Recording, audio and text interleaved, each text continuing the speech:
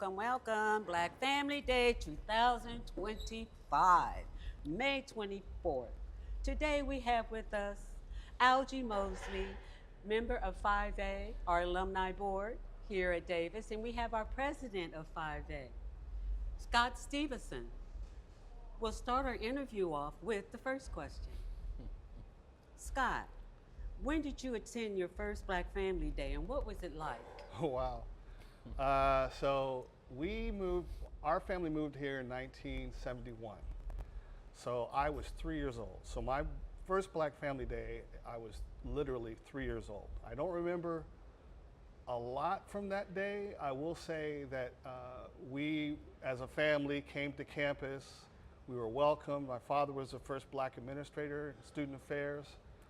So we were coming from Nashville, Tennessee. It was a bit of a culture shock. But Black Family Day, for me and for my family, was a welcome to the Davis area, the Sacramento region, and it was really poignant for us to be a part of a great campus like this, and it was just a welcoming experience. So as a child, all through all the years of Black Family Day, we really cherished Black Family Day as a way to not only bring folks that work on campus, but actually was a recruiting tool. It was a way for Black families in the Sacramento region and other areas to come to campus just to see what college is like. And I think that was really something that we've missed over the last, I'd say, 10 years. This is this is for a lot of folks, including Algie, this was their first entry into Davis, into a college campus. So it really gives possibilities to folks. So that's my first Black Family Day. I don't remember much because I was only 3, but I can tell you that I've since that time have come every year. We actually leave town on picnic day and stay in town for Black Family Day. So Thank you so much, Mr. Stevenson. Algie, could you answer that question for me too? Absolutely. My first family day was somewhat, sort of like what Scott said, it was somewhat a recruiting tool, you would say. My brother was going to Sacramento State, Sac State, and of course Scott doesn't know this, but my brother and I had made a promise a long time ago that he came back to Iowa, and once he got his, graduated from California, that he stayed with me in Iowa, and then when I was ready to go to college, he says, hey, you should come out to Davis, right? Mind you, I come from the backwoods of Mississippi, so the whole concept of college was far-fetched reality for me. I graduated high school with probably a 2.0. My level was food, water, and shelter, and that was it. So the idea of going to college was a far concept, but my brother was graduating. And so he said, you should come out to Cali. You should come out on May the 17th, 1989. And so I packed up U-Haul and I headed out here to California in 1989 on May the 14th. And I got here just in time for Family Day here at UC Davis. And when I came onto the campus, obviously, for obvious reasons, there was a whole lot more Black folks here than it was in Iowa at the time, and the laughter, the joy, the festivities, all the people, and just the love was a sight for me to see, and it gave me the idea that maybe I can graduate from college, and so from there I thought, hey, well, I'm going to try this thing called college, and I checked in over at Sac City. And then graduated Sac City with honors, and came over as a transfer student, right? Something about a guaranteed transfer that was offered, and I came here to graduate at Davis, and it was just been one thing after another, and Davis gave me many possibilities. It all started with Black Family Day, but then it led to many other different situations where there I was in the White House. Pushing Rosa Parks, which was a far-fetched reality, eating dinner with Nelson Mandela, right? And still today, I'm part as the vice president because of Black Family Day. I will always be part of UC Davis. My first son was accepted here at Davis. And now my second son is working on being here accepted at Davis. So Black Family Day gave me a world of a change from where I come from. Thank you so much. Were there individuals, Scott, related to Black Family Day or events that you can talk to us about so we can get some idea of what was going on between 1970s and 1990 or so? Yeah, I think that the key people behind the scenes that I can remember, Leslie Campbell is definitely somebody with whom I was very close to, Yvonne Marsh, and many professionals who were a part of Black Family Day, bringing folks into to campus and really bringing family into the Black Family Day. And I think that those two folks really stick out in my mind as real supporters of Black Family Day. The events that I think that were very crucial to Black Family Day were like bringing dignitaries like Thomas Bradley, the mayor of LA, came here. And it was really a great experience just to meet him. I always admired him, and he actually was one of the reasons, one of the larger reasons for me to be more involved in my organization of Kappa Alpha Psi. And really, he was able, and my father, who's a Kappa as well, they actually gave me the inspiration to be more involved with campus and be a part of the Alumni Association, be a part of the community. So I do think that those events, those large events were a part of the fabric of Black Family Week. It was a whole week of events that were starting out with academic and institutional learning beginning of the week, and then it had the culmination on Saturday, which was Black Family Day. But it was a whole week of African American type of subject matters that's talking about what our community looks like and what it will look like in the future. Given our times that we're going through right now, it's very important that we have these inclusive activities to bring folks to campus, support our administration, Dr. Gary May, and supporting him and supporting Renetta Toll, Dr. Toll, in her work as well. So I do think bringing it back, I don't think it'll ever get to the 30 to 40,000 level of folks that used to come here, but I think today is a good beginning to what it's going to look like from here on out. Yeah. Thank you so much for that. Mr. Mosley, can you think of any events or people who made a particular impression on you in your academic career? Oh, absolutely. Like Scott was saying, Leslie Campbell, Michael Webb, these individuals, Gary Walter, Gary Perkins was very critical. Just seeing these icons here on the campus, let alone gave visions of hope, right? As I think of the late Walter Robinson, who was an inspiration for me in so many ways. You don't see very many black males in those positions, but when you do, they speak volume. So those individuals, and then Black Family Day offered like a cuisine of activities, right? So there was something for everybody. There was things for the kids to enjoy. There was things for the elders to enjoy. And watching people just having a good time, it reminded me back when I kind of grew up when there was a front porch, right? And you better get out that street. Hey, you better not do that. Hey, everybody was together. It was connected, right? And then as we got into the evenings, there was jazz.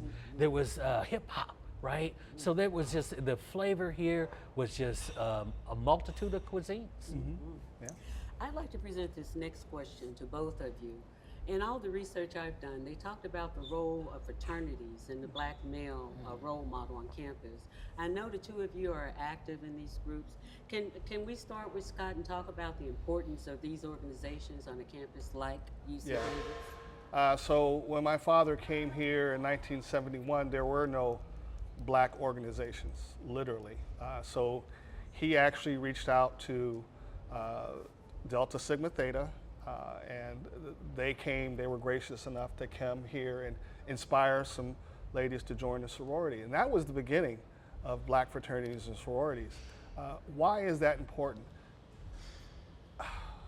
It's a predominantly white institution. It's very, very important for those organizations to exist because they are rooted, unlike the other fraternities and sororities, they're rooted in community service.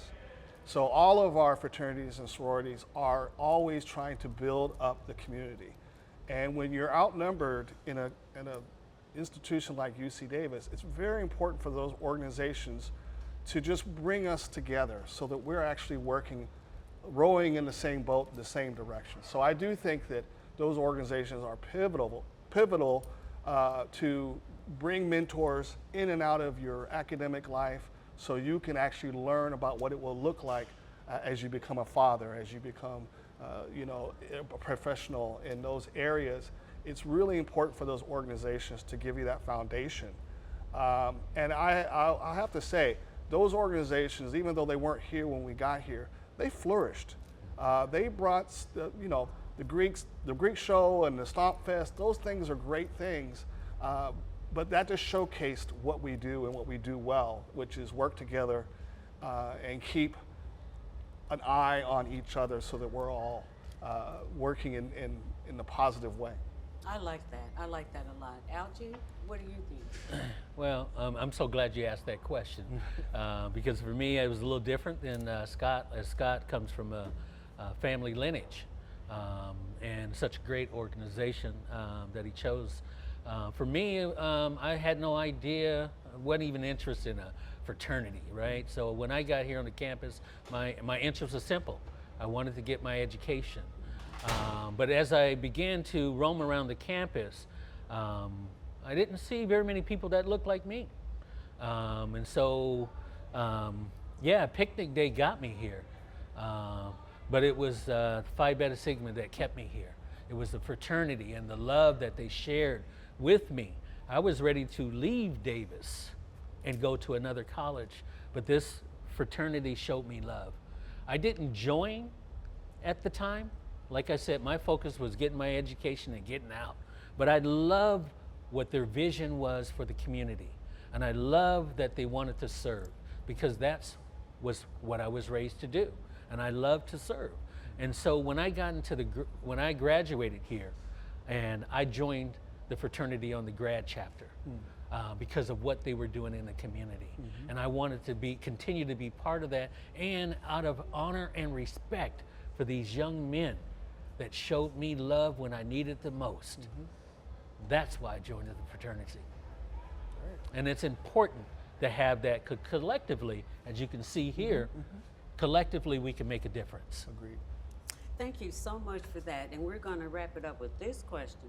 Why do you think Black family celebrations are so important to students at UC Davis? Wow.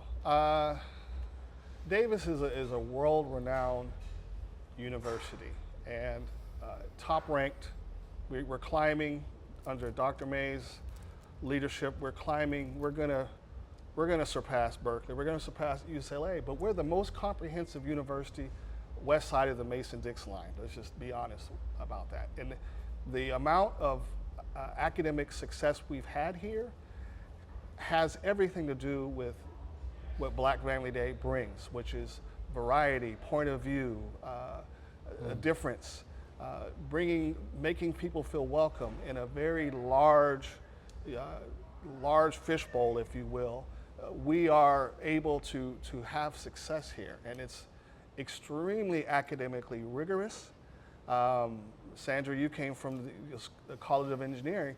That's a really, really tough major here at UC Davis, and thank you for your leadership there.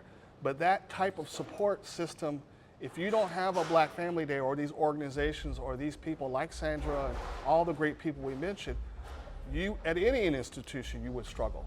And I think that that's really what I'm eager to do more of. So you want to see students use their resources. Absolutely. Reach out, and I find think us. My years in student affairs, I would say 80% of all the resources that students have, they don't take advantage of. They just don't take advantage of.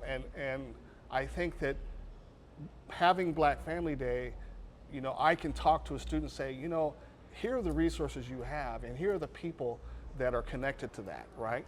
Having the chancellor out there and talking to students just walking by, talking to parents about what does it take to get my son or daughter into this institution. That's huge.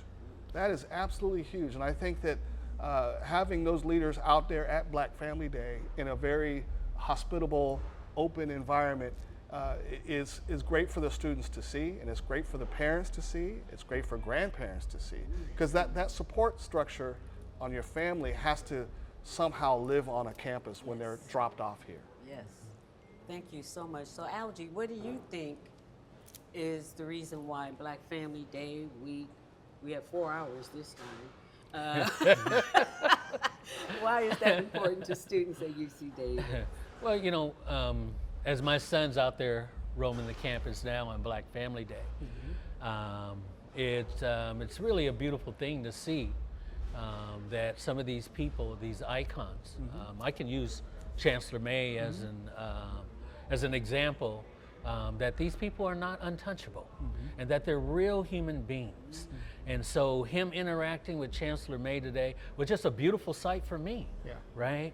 And not only seeing him interact with all the other people here on campus, but what Black Family Day indicates to the youth is that this belongs to you too, and that there's possibilities. Many of them just go by the freeway, off to the Bay Area here and there, right?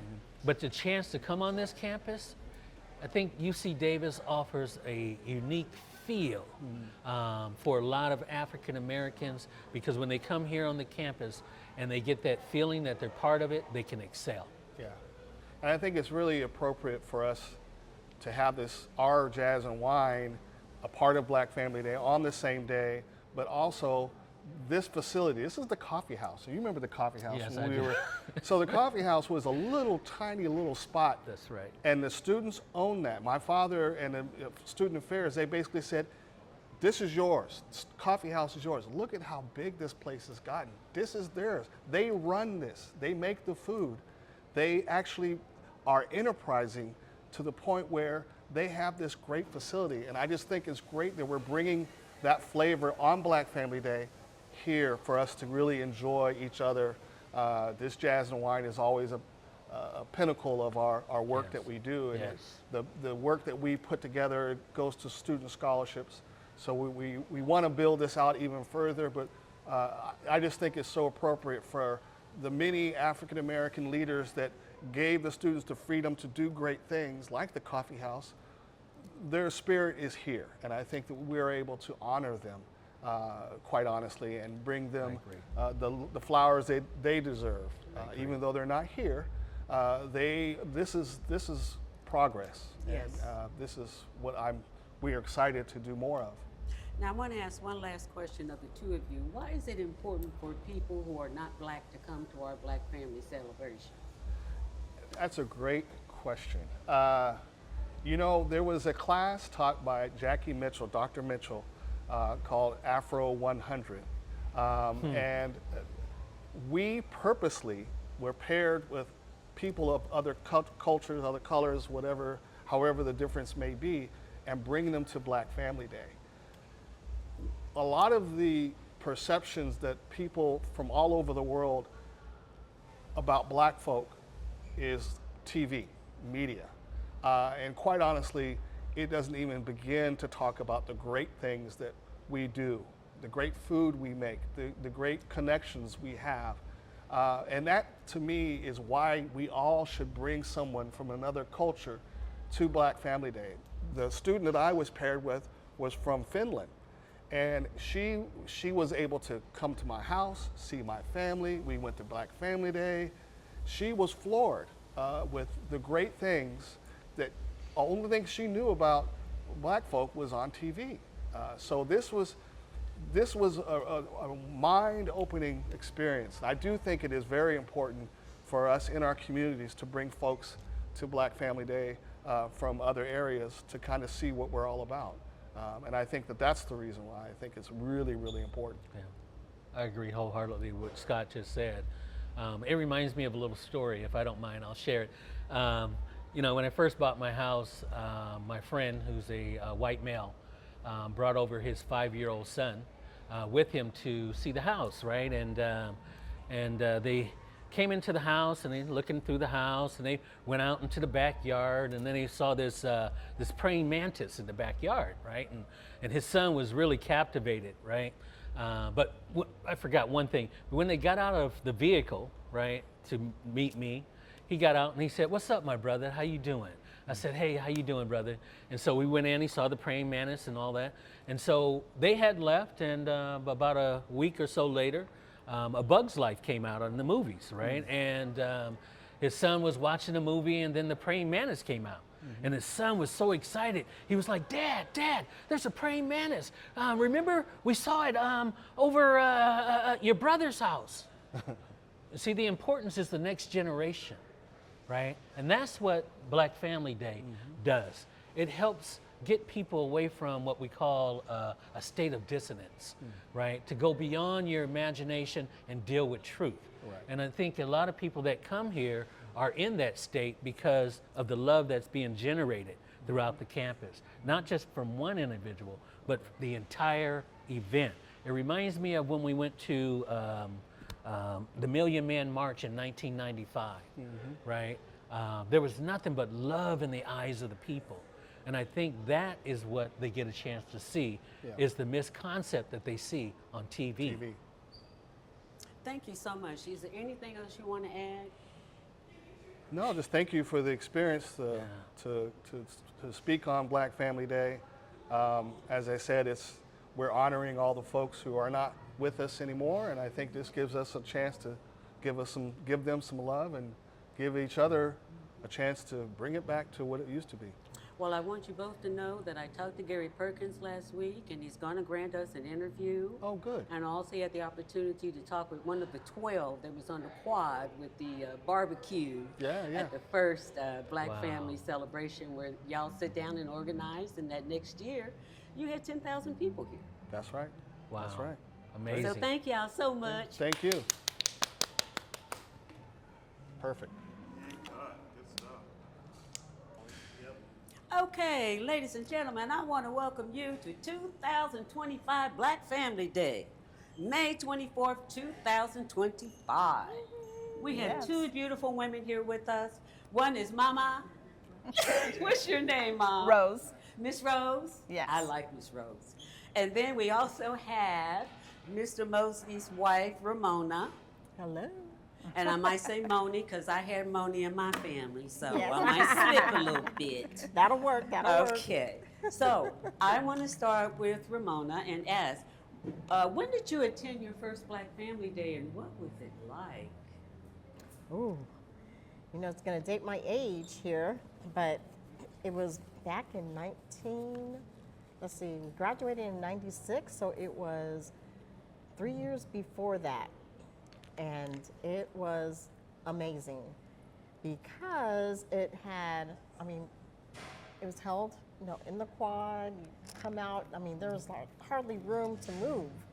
No room to move because people from Northern California, Southern California would come to this event at Davis. And it was just, it was amazing. It was amazing. Kind of the first introduction to seeing more people of color on the Davis campus. So that was very exciting. Yes. Yes. So Mother Rosie, did you have any experiences with our Black Family Day? Yes, I did. My daughter and Al invited me up when they started coming to Black Family Day. As she said, there were a lot of people. I didn't know anything about it, but it was wonderful to see all the people and family together because I think that's very important, family. Yes, yes. And so why do you think, Miss Rosie, it's important for Black students to celebrate their Black families at UC Davis? Why is that Their important? history, make history. History and family. Family is important. That's first. God first. My family is very important to me, so I know how it would be with family. It's good to see families coming together, enjoying each other, because anymore, we don't have time. Nobody has time for anything. We don't get to sit down and eat dinner together. The kids are going here, but family is very important. So that's what it meant to me. I like that. So Moni, tell me, were there any events at any of the Black Family Days that made an impression on you? I mean, they were all so engaging. I don't remember the specific speakers, but I'll just speak broadly. They invite special guest speakers, like renowned guest speakers, and like there'd be like special events leading up to Black Family Day. So they'd have like performances at what is now known as the Mondavi Center. And then I don't even know what it was named before that, but It didn't exist. yeah, okay, so we'd have like performances leading up, and it'd be in various spaces here on campus, like renowned speakers or what have you, and then we'd come to the day of, and I can't pinpoint one thing because there was always something exciting happening. But one thing for sure that everyone looked forward to was the step show. Okay, let's talk about that step show. I would say for sure that was one thing folks would look forward to, because the talent, the camaraderie people had, even if you were not in a sorority fraternity, it was a way that brought folks together. You were associated or knew someone in a fraternity or sorority, so you'd come out to support. It was just a high energy time to Yes. get together with the love, emotion, and connection that that our culture is really known for. Yes. Yes. Well, I know the two of you are real proud to have a young one coming to school here. So why do y'all want him to come to UC Davis? Well, it's his choice, but it's interesting because our oldest was like, absolutely not. I'm not going to take anyone. But the youngest, it was his decision. Like he said, I want to go to Davis. Yeah. Just out of nowhere, we're like, okay, well, all right, that's his decision now. It could change in a year or 2 years when he first told us, but that's his path. He's determined that he wants to come here, so we'll see what happens. Do you think that it had anything to do with the parents having gone to school here? Yes. Yes, I'm sure. I'm sure. And what's exciting too is to say that, my parents are alumni. I can be an alumni, and I know in the institutions, like our culture, aside from our HBCUs, there's more of that. But in the areas of California, you don't get to see a lot of that in terms of the generations of alumni going to schools. That's right. In terms of our culture, Black folks. Miss Rosa, how far do you think we've come with all this? You've had an experience seeing your daughter and your son-in-law go through this. You got another generation going through it. How are you feeling inside as an elder about all this? I think it's great. I mean, if like Caleb, he wants to come here. I thought it was great because his parents came. Now you have the other one that don't want to because his parents come, and that's okay because some students are like that, and that's okay. They choose to go other places because they want to be their own person. They don't want people saying, "Oh, you're this because your parents," even though that's okay. But that's the difference. I think it's come a long way. I think it's great. I can relate to that. My son ended up in the same department I was working in, so Yeah. it was a very interesting experience, and one that was worthwhile. Made me feel Yeah. like, Yeah. Yeah. happy Yeah. to have him here with me. Now, the last question I want to ask y'all: why do you think celebrating Black Family Day is so important on this campus for our Black students? Why is it important at Davis that we do this? Oh, that's so loaded, but I'm gonna throw out a few stats. And Come on, throw out a lot of them.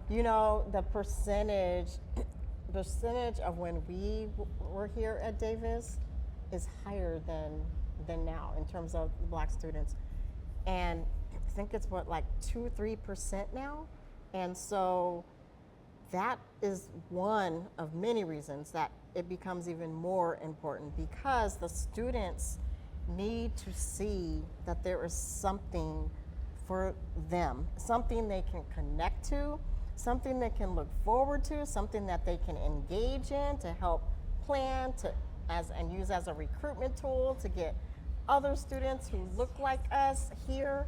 I mean, those are some just basic reasons why it's so important to continue this celebration.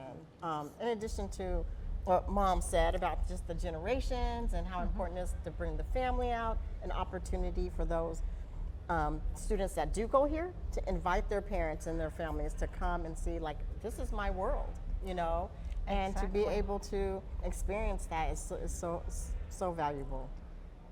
Ditto on Yes, what ma'am. she said. I would also like to say, get students involved. Like, you're creating history as well. You're creating it. So how do you feel coming out? It's important for you to continue that in Black, especially now in these days. Yes, ma'am. And that's one of the reasons why I want to thank you both for offering your time and your energy. The attempt that we're making here is to document that good feeling, Yes. that whatever that was that made you want to come back, because we know that what we did in 1970 and to 1976, of course, we had a moratorium in 76, they took it away from us. But we went to 1975. It was real special. It was just so. I remember coming here and feeling like my feet weren't on the ground. There was so many Black people here. I was like, Yeah. I've hit the jackpot. This is Different. wonderful. Yes. And Yeah. so we're trying to capture that, and we're going to use music and your words. And next year, our plan is to have a reunion. So we want to put it on your calendars because we're Right. going to recognize our Black family, alumni, and staff. We want to make sure you're all here, and you're going to see some of this clip that we have right now. That's So awesome. thank you. That's awesome. Go Aggies!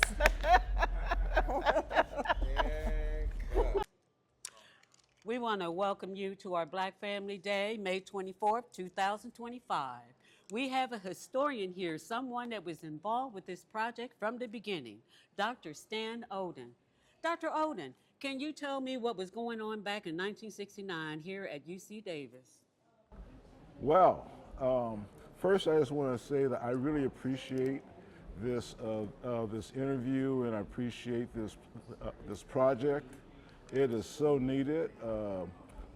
Black people at UC Davis have been very important and vital to the beginning of Black Family Day, as well as other events that have happened here over the past several decades. I arrived here at UC Davis in 1967, and I was from San Diego. And when I was here, there was only 40 African-American students on campus. There were more African students on campus than there were African-American students on campus. And you know, like, we were a pretty close-knit community. And during this time period was during when all kind of unrest was happening in our communities and Black communities around the country and on campuses. And I was aware of the need to organize Black students, and so myself and the students who were here, we organized a Black Student Union, which I became the first vice president, and then I became the president of the Black Student Union. I was president when Dr. King was assassinated, and we, myself and Charles Smith, we helped organize a coalition of folks out into the quad, about 4,000 people, to commemorate the life and talk about the assassination of Dr. King. And that was where I first got thrust to leadership, and the Black community on this campus became very vital and became very visible and very political. We organized something called the Martin Luther King Coalition, and we got involved and engaged with a lot of activities here on campus to bring more Black students to this campus, and to also to pursue Black studies. I was very much involved in that. I was involved in teaching a Black Studies class. I think it was probably the first Black Studies class here on this campus. So there was a history of what was going on. There were some great people who were involved here. Terry Turner was a person who was like my close friend and mentor here in terms of, you know, he had been in Davis for a long time. My good friend Charles Smith, other folks who I could start naming, but you know, we were all engaged in this effort to have Davis become a community that was inclusive. And so in 1968, we was able to lead protests, and then we're able to get the UC Regents to push for more minority students at UC campuses. And then the next year we had over 100 African American students on this campus in 1969. And we knew that was just the beginning. And so we were pushing for ethnic studies, for black studies. And then we was able to, through protests and organizing, was able to get that in front of the agenda. And during that time period, we were working with a black community in Dunnigan, which is a small town just north of Davis. And we started connecting with that community in terms of what their needs were and talking with them. And we had great discussions. Some of our colleagues had great discussions doing field work there. And we decided in around April, the Black Student Union, we decided to sponsor an event, and we called it Black Family. And we had a big barbecue out here on the quad. It was only about maybe 40 people there, black students and some folks from Dunnigan and some other folks around. And we had what I consider to be the first Black Family Day. That was in 1969. And then I graduated in 1969 and went back to my hometown in San Diego, and the black students anybody know started what to time it is? really get more the time? organized and larger Okay, so here you on guys aren't gonna campus, start and it they for us, 'cause began we're gonna to create the interview Black the chancellor. Studies, African Y'all American understand Studies program, which evolved out of our protests and evolved out of what we were doing in 68 and 69. And now we have African American Studies Department, which we were advocating for back in 1969. So it's great to come back to this campus to see Black Family Day. I know it's gone up and down in terms of, it was a huge event. I used to come out here, and it was just unbelievable. It was huge, the Black Family Days that were happening here. And then different forces in the black community messed it up. And the Black Family Day was stopped for a while, and the African American Alumni Association, which I became connected to, we started the African American Alumni Association to basically keep the kind of not protests, but keep the kind of initiatives that we knew was going to be helpful for African American students on this campus and for African American alumni. And so we connected up with the Black Family Day Committee here. They continue Black Family Day as it is today. We started a wine and jazz event that we have here today. I'm proud to say that we have a black chancellor here on this campus. That's part of the tradition of black folks becoming a part of this community, and we're so proud of what he's done and what's going on here at this campus. So that's a long answer to your question, but I want to say thank you so much, Dr. Stan Otis. Let's give him a hand. Yeah. All right. Thanks, thank you. Stan. Thank you. Hello, I want to welcome you to our Black Family Day celebration, May 24th, 2025. We have our Chancellor, Gary May, and his beautiful wife, Lachelle May, with us today. We'll start the interview with Dr. May, Dr. Gary May, our Chancellor. When did you attend your first Black Family Day, and what was it like? Well, first, thanks for having us. It's a pleasure to be here on Black Family Day. We came to UC Davis in 2017 in the summer, so we missed that year, but the first year we attended was 2018, that spring. And I think I remember it being in the grassy area by Marac instead of here in the quad, but it was really well attended. I was really excited to meet people. It was my first time meeting a lot of the alums and people who had been doing it for years and years. So I didn't realize that we had the event, so I was really gratified to see that we had such an event that brought together the family and the community and the history of UC Davis. So very excited that we're still going strong. So, Dr. May, I'm going to ask you one more question. Why do you think this Black Family Day is important to our students here at Davis, black, white, or indifferent? Well, I think anybody wants to have a sense of belonging, right? And our students want to know that there is a support system and a community that surrounds them that wants to see them be successful. And beyond just the academics, which of course is the most important thing, one of the factors that contribute to that success is having that sense of belonging. So Black Family Day and all the support that they get from alumni and faculty and staff is facilitating their success. Thank you. Lachelle, what are your feelings about our Black Family Day celebration, and why do you think they're important?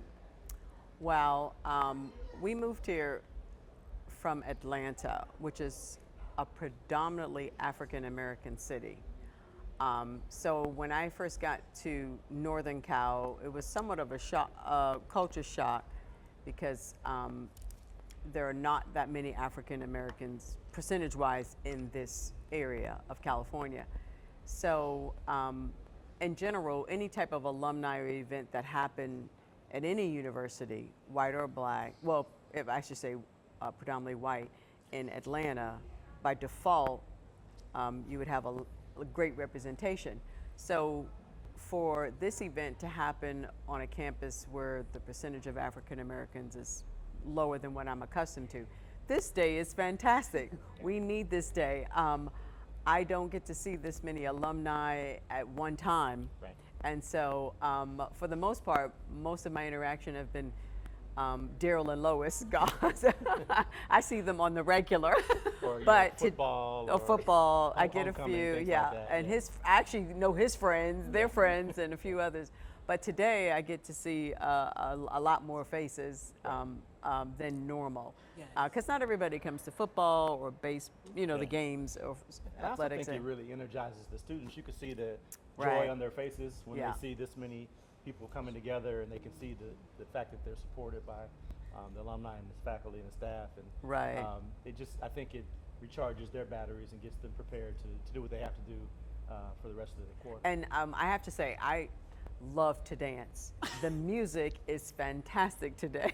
Performances have been The great. DJ is great. Everything is really fun. It's good energy. And the market is wonderful. Yeah. It's got art, Vendors. vendor jewelry. It's really nice representation trucks. of Yeah. us as a Yeah. culture, which I Trust love. is real important. Yeah. Yes. That word trust, how important is that we have trust in this environment? Well, I think you can't really perform at your best unless you feel comfortable and there is some trust that surrounds you.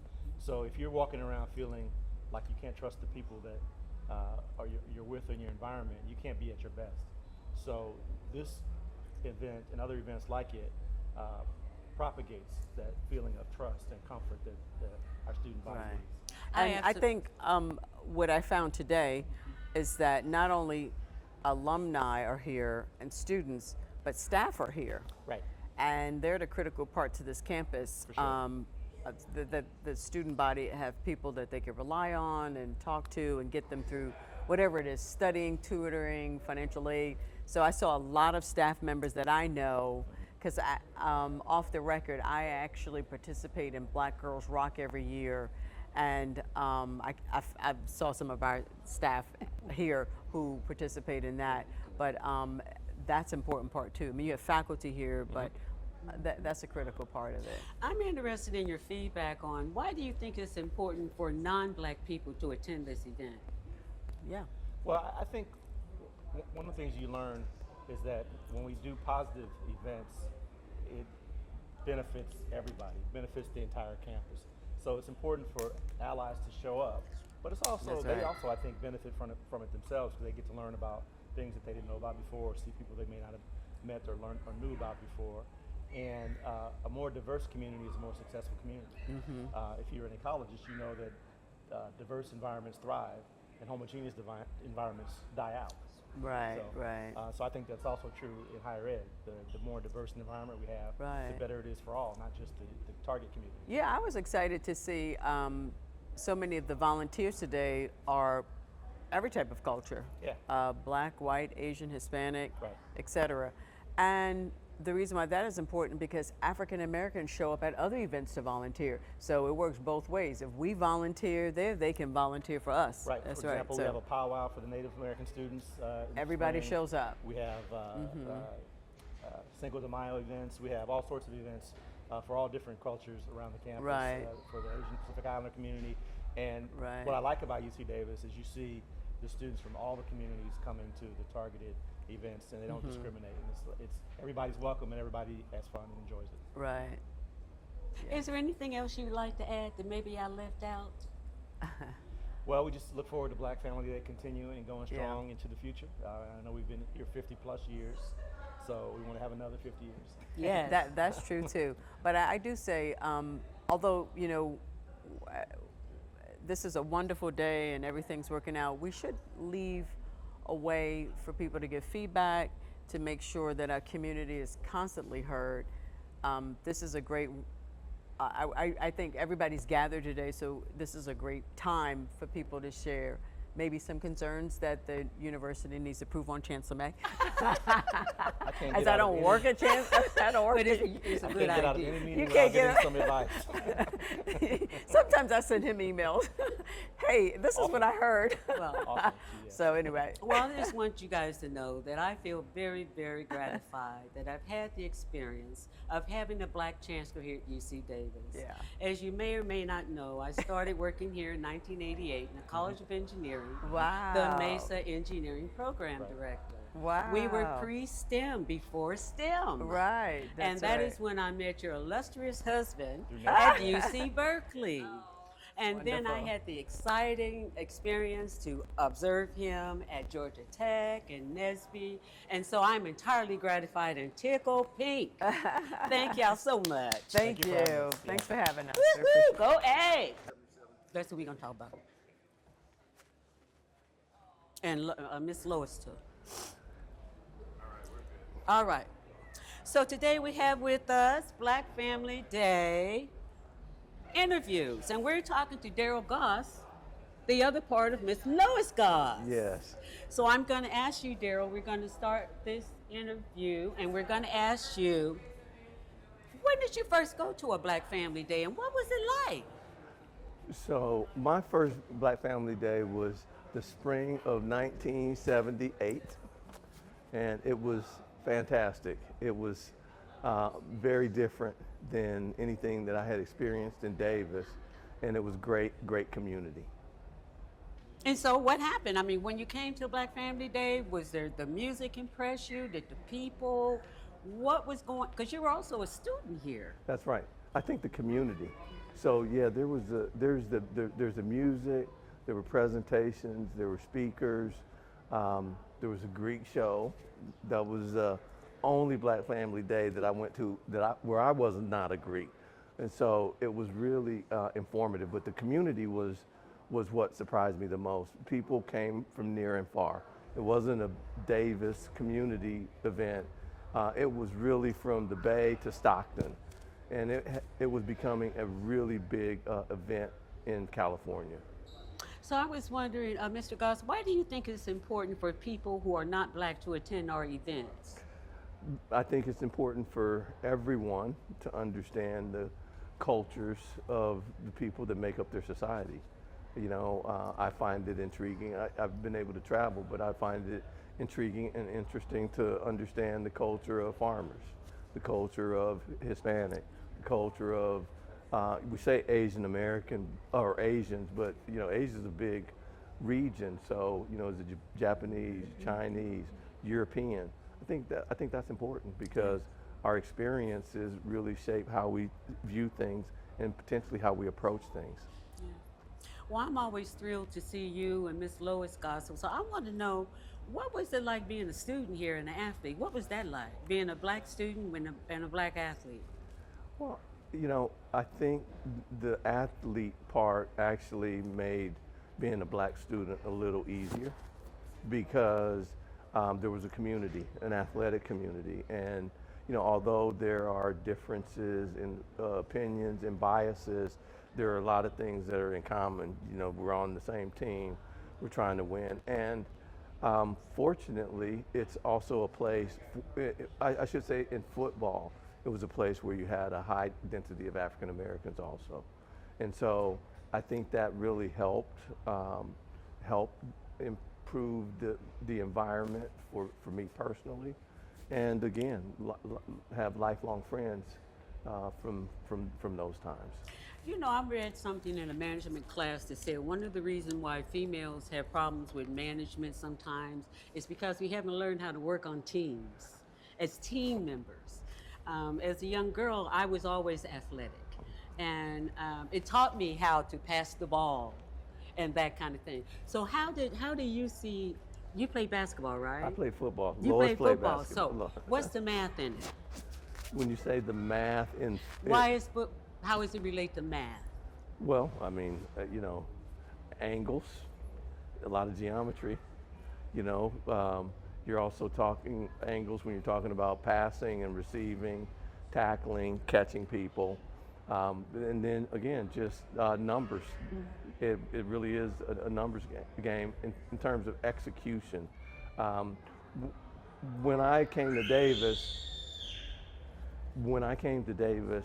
I understood how objective logic was, right? You can put equations together, and the same is true with football. And I think the same is true for all sports. I do think that saying females don't excel because they don't understand team is factually incorrect. It is factually incorrect because if you watch any sport that women play in, they typically are much more fundamentally sound than men in terms of how they execute as a team. And so again, it's the propaganda and things that we need to dispel. And that was really instrumental for me, learning those things here while I was here at Davis, learning those stereotypes and being able to strategize, how do I debunk, how do I ensure that these stereotypes are recognized as just that propaganda and not necessarily the reality. Mr. Gosson, wrapping up, is there anything that you want or a message that you can give a black student for success who's just now coming on this campus? Yes, absolutely. So the advice that I would give is figure out what your resources are and use them wisely. This is a place where you really can understand how to operate within an institution, an organization, and do that effectively. And I think that's another word that is really important for the young people to understand. Effective is not just activity or action, it's being effective. And in order to be effective, you have to really understand what objective am I trying to achieve. So, use your resources, ask for help. No one can make it by themselves, and just ensure that you're supporting, you're putting yourself in an environment that's supportive for you. Thank you so much, Daryl Goss. Go A! Today to our Black Family Day interview, May 24th, 2025. Jasmine. Yay! So we have with us Miss Dr. Dolores Thompson. Dr. Dolores Thompson. Dolores Thompson. And I'll get that right. Okay. And it's Jasmine McGee. I'll get that right. Okay. Okay. You met my team. So I'm projecting my voice so you can hear me. Oh, yeah. Miss Jasmine, can you tell me when you first attended a Black Family Day here at Davis, and what was it like? What stood out to you? Well, my first Black Family Day was spring 2003, because I got here fall 2002. And what stood out to me is the collection. You want me to do it again? It's okay? Okay. What stood out to me is the collection of Black folks, because attending this campus, there's a lot of people. It's like over 30,000 students. And we had a practice when I was a student here. If we saw another Black student, we would say hi, whether we knew them or we didn't know them, because we were a few chocolate chips in the cookie dough. There wasn't a lot of us here, so we made a point to say hi when we saw them. Black Family Day was one of the few times where you saw a bunch of black folks in one space at one time, outside of an AFRAM class, the AAS class. Black Family Day was the time that you were going to see a bunch of black folks. You're going to have some good food. You're going to see your family. My father came up quite often, so it was a time for him to come back to campus. He was also an alumni here. And so it's just joy, love, pride, community was my experience the first time. Thank you so much for that. Doctor? My first time attending Black Family Day was in May of 1971. My brother Byron Thompson entered UC Davis. I think I was just in elementary school. And I remember coming to an event where there was a sea of black folks just enjoying. It was empowering because there were so many people on stage speaking, including my brother. And as a young kid, I thought one day I want to be up there and I want to be able to say things to inspire people as well. My whole family came, my mom, my dad, and we all just sat in the grass and enjoyed the day's events, the different speakers, the performers. It was wonderful. It just felt like a family reunion. And later on, my sister Deborah Austin, then Deborah Thompson, entered UC Davis in the 80s. And it expanded into an event where they had like step shows and, you know, all these different vendors and things like that. So the excitement and the momentum had grown from the 70s throughout the 80s, but it was still that family reunion vibe, you know, where everybody brought a positive attitude and wanted to just have fun and celebrate one another. And most importantly, celebrate all of the African Americans on campus at UC Davis. So I just remember it as a place that I wanted to be because it was so much fun and so much love. So, Doctor, why do you think Black Family Day is important to our black students here at UC Davis? I think Black Family Day is important to black students here at UC Davis because they need to feel the love. They need to feel empowered to know that the elders and our ancestors are rooting for them. We're behind them, not just with our voice and our wisdom, but with our wallets as well. I think it's super important for them to understand that the legacy and the shoulders that they stand on will be passed on to someone else, and it'll be their turn to hand the mantle over. So they have to see it in order to emulate it. So I think it's super important for us to show up for them always. Ms. Jasmine, what do you think about that? Why is it important? I think it can feel very isolating here on campus as a black student. So it's just refreshing. It's refreshing for a lot of people that are the first in their family to go to college. And so saying like, hey, granny, hey, cousin, hey, sister, come up here. For me, so the Byron Thompson, who you're speaking of, is my father. So let's say that for record. Yes. And the beautiful experience that she got to see was already happening when I got here.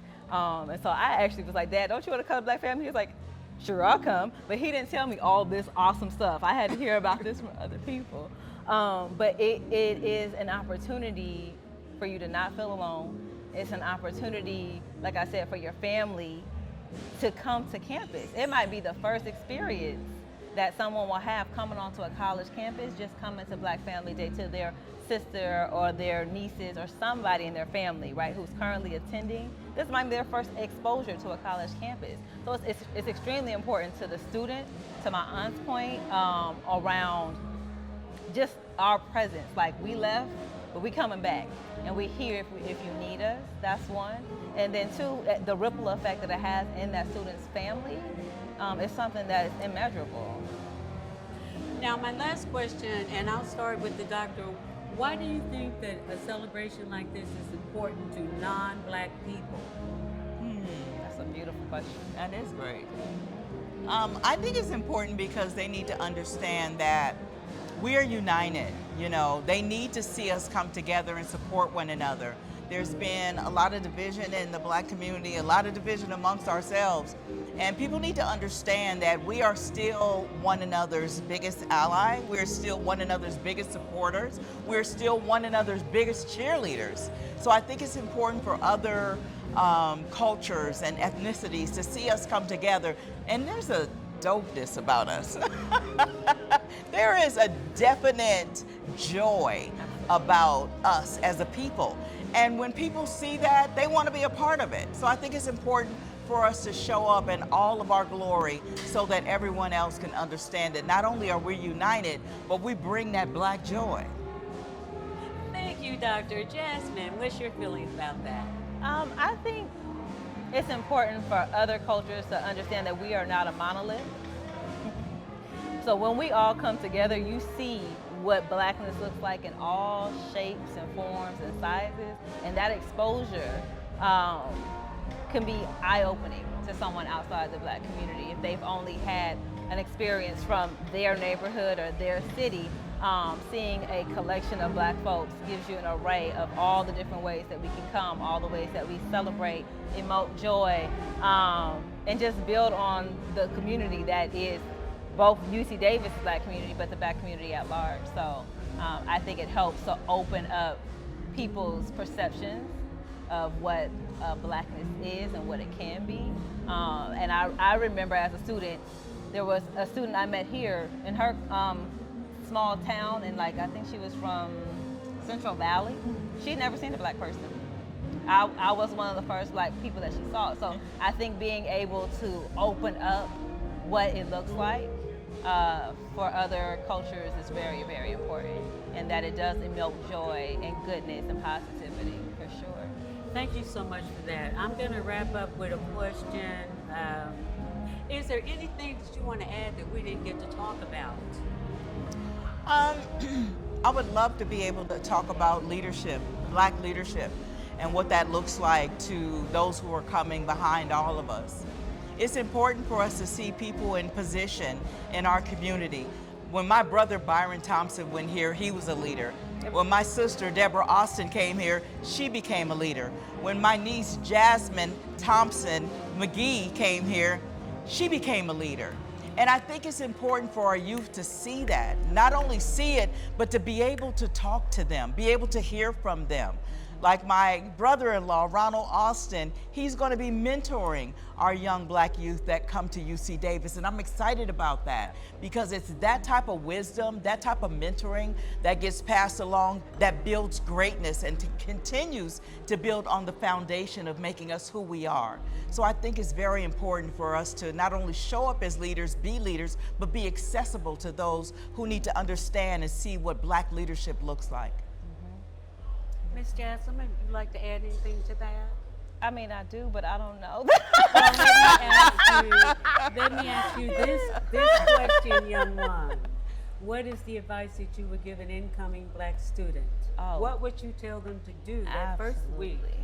Oh, their very first week? Yep, Okay, well, where's the camera? I'm gonna look into somebody's camera. When you get here, you find a Black person.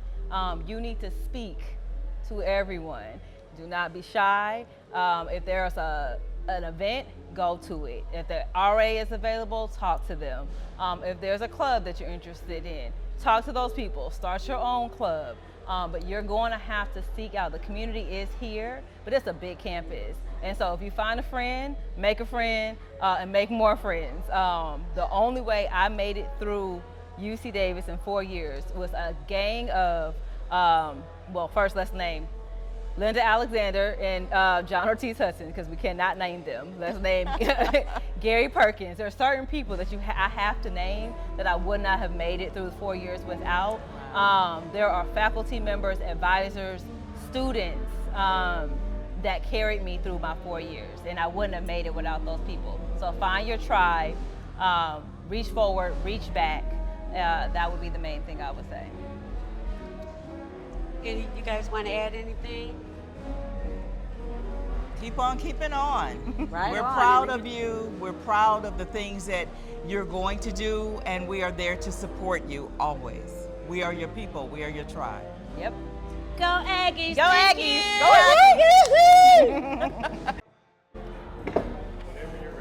Okay, I'd like to welcome the Austins to our Black Family Day 2025 on May 25th. They're here to share wisdom, and we just love it when we have a whole group of Austin people giving us love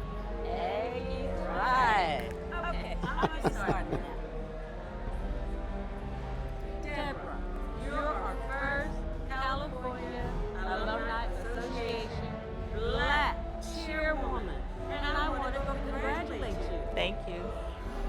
They asked me to do it, but I said, okay. So you came. I follow you, girl. You're my girl. So the title is actually Vice President, President-elect. President, not chair. No, I'm the Vice President, President-elect of the Cal Aggie Alumni Association. And what was the other thing? You said chair. I said you're being our first black president. Okay. We won't say chair. Yes. Black president. Yes. Of CAAA. Yes. So let's note that. So the first question I want to ask you, Deborah, when did you come to your first Black Family Day? What was it like? I was probably about 11 or 12. My older brother Byron Thompson went here in the early 70s, and he invited the entire family up. It was amazing just to see the whole quad filled with black folks. We were stepping over black folks. Literally, it was just that many folks there. It was about unity. It wasn't about, the Greeks here, the Divine Nine. It was everyone pulled together to have a barbecue on the quad. And we were there, and there was knowledge and wisdom and entertainment. It was just fantastic. Something I've never seen before, even if growing up in Oakland, coming up here, it's like, wow, this is nice. So it was one of the things that kind of influenced me to want to apply to go here. Yeah, That's important to know. absolutely. So, Mr. Austin, what has been your experience with our Black Family Days, and what do you think about it? Today, I was just glad to be here and to know that one day it would be like it used to. The first Black Family Day I attended was in the late 70s, 77. And I'm from Vallejo, California.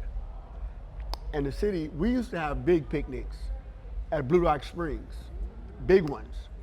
But here, my freshman year, the Black Family Day there, it was very impressive. Not only because there were so many people, but because I was attending this university. A university that, to be perfectly honest with you, I didn't know much about. Let's be honest. Honesty, I came here and the first thing I felt was culture shock. That's what it was. It was like, how am I going to do this? But I met a lot of good people right away. And being in the football program, it eased the way for me. Because a lot of things that go on in regular society don't go on football teams, because you have to depend on each other. You have to lean on each other. You have to be one. It helped a lot. That Black Family Day, I have 4 younger brothers. And all I want to do is be able to go and get them and bring them here and let them see this. I didn't know had I known it was going to be like that, they would have been here. The next year, they were here. Mr. Austin, I understand you was some volunteer work. Can you tell us about that? I'm sorry, the music. You're doing some volunteer work, some mentoring in the community. Volunteer work, I don't I don't know if I'd call it volunteer work. Okay. I was a freshman here in 77. And I will be an official member of the 2025 graduation class. Just finished it up. So the mentoring that you're talking about had a lot to do with completing my degree, talking to a lot of the first-gen students that were there. Don't be like me. Get this done. It's going to be a real easy message. They're working on a nice program to keep it totally in the university system. I didn't know what I needed to do to finish, because once life starts, you start doing things, you don't think about that much.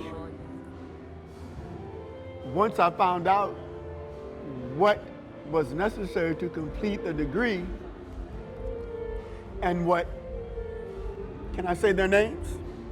You can say their name. Mike and Tracy, that's all I'll say, we're doing, I was all aboard. The mentoring, it's what they need, because if I had it, then we would be talking about something different right now. The love for the university, of course, but we'd be talking about something different right now. Our future president, Ms. Deborah. Yes. Why do you think it's important for non-black people to come to Black Family Day? That's a great question. And I'm great glad question. you asked that question. That's a great question. One of the things is they don't understand us. And this is an opportunity for them to understand. One of the Black Family Days that really stood out was when Dr. Harry Edwards came here. And that voice, when he started speaking and he had something to say about Black culture, everyone just stood at attention. Everyone needs to hear that. We have to learn their culture, but why can't they learn ours? It's so stigmatized when you get here. I can't tell you how many times I was asked, oh, you're from Oakland. Do you know your daddy? I do, and I know my mother too. Well, what do you spend your food stamps on? I've never seen a food stamp before. Thank you very much. So they made it hard for us, and there wasn't a whole lot of support. We had Gary Perkins, we had Mike Webb, and we had Drew. That was it. That was basically it. And we were afraid to utilize those resources there. But I can tell you, my brother Byron Thompson says, because I thought, I'm just quitting. I'm not doing this anymore. He said, oh, no, you're not. You're going to do this, and you're going to go over there to North Hall, and you're going to talk to Gary Perkins and those guys, and you're going to get her done. I was like, okay. So it did, and it was great. Now, you talk about my role now. One of the reasons why I got on the CAAA board, and it wasn't easy getting on that board because there was a lot of old white men who didn't want to see change. And when they asked me to come on and be on the DEI committee, they're like, why do we need that? Well, let me tell you, because you asked that question. That's why we need it. So the struggle is still going, and I'm still here fighting the struggle. But one of the things that motivates me is because when my brother went here in the 70s, he was on the ASUCD board. He was one of the officers there. So as much as it took for him to do that back in the 70s, I said, I can do this. I have to do this. So it's my passion to do this. So God willing, July 2026, I will be the first Black person to be the president of CAAA, the Alumni Association. And I am going to be proudly recognizing and having the support of my community. Right. So that's what I'm doing. Yay! Okay, so our final question is, and I want y'all to think about this. What would you advise a Black student to do in the first 2 weeks of being on campus? What do you say for them to do first? What I know now, what I didn't know then, is that my registration fees pay for these office hours for these professors, and they are here for me. I was like this. But once I found out, when they told me over in North Hall, you need to go to the office hours, I'm like, okay. So the next time I'm there, you need some coffee? Because I'm here to talk to you, because I want to make sure that I'm passing this class. Growing up in the Oakland school system, I was a straight A student, but when I got to Davis, it was like, oh, they didn't offer those classes for me, so we were behind the gate. So we needed those office hours. I had tutors, I went to group sessions, and I'm in the professor's office. So I would tell the students, get to know your resources and utilize your resources because you pay for them. You pay for them, and you need that to complete your degree. If it's now, later, complete your degree. What he's gonna be doing now is pulling out all these others, because when I came here to Davis, we were basically told, you got here because it's EOP, and you're not gonna be here very long, and you're gonna get kicked out. A lot of people got scared, and they dropped out. Right? So we're gonna go back and find some of these people and say, you can complete your degree, come on back. and we're going to help you do that. So that's our mission right now. So that's how I would tell someone, use your resources. Make sure you use like all your resources and don't give up, because there's a reason why you were accepted to the school with those 120,000 people who applied. You got accepted because you're special. You're special. So I'm here to mentor right along with my husband and everyone else, and I'm trying to get my community involved to mentor more. Thank you so much. Of course. What advice would you give? And I want you to focus on the black male right now. What would you say to a young black male coming here to school for the first time out of a community that doesn't look like this? The number one thing is use your resources. I did not do that. That's why we've had the conversation about me completing a degree almost 50 years later. I didn't do that. We know you're smart. Young brother, I know you're smart. You wouldn't be here if you wasn't smart. I was that guy. They told me I'd be on probation again, and then you'd be gone. I knew I wasn't going on probation because I knew how smart I was. But young brothers, listen to me. You have to check with people. I didn't do that. You have to go and talk to those counselors, and you have to ask questions. I didn't do it. Just because you got an A and you're nowhere near probation doesn't mean you're going to finish. Life gets in the way. Life happens. So you're here 4 years now. You've never been on probation. You got 2 Fs, but something happens that takes you away from here. Those counselors, the resources that Deborah is talking about, that's how you're going to get through. That's how you're going to finish it. I had 7 units to go when I left this university. 7 units. And once you get out there and you start working, and again, and I keep saying it, but life gets in the way. Nobody here, and it's not their job to do it, it's our job to do it. You got to use your resources. That's it. They're here. And believe me, if the programs that the people who helped me get through this are working on now, we're going to be making sure that those programs reach out to tell you. What do you think I would have done if I knew I had 7 units left? Would I have gone to Canada and kept trying to pursue football?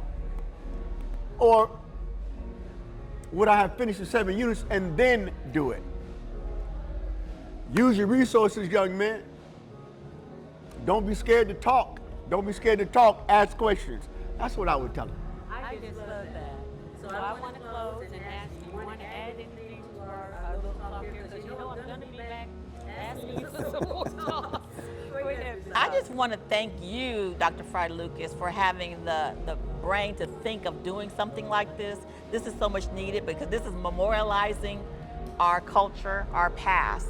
So people can't say, well, we don't know where it's at, because I point them to Dr. Friday Lucas and say, she has it all on videotape. And I'm hoping this makes it to the Smithsonian after 3 years and 3 months. It'll make it there because it's just that important. So thank you so much for doing this for us. I love y'all so much. Go Ags! Oh, your turn. Wait, your turn.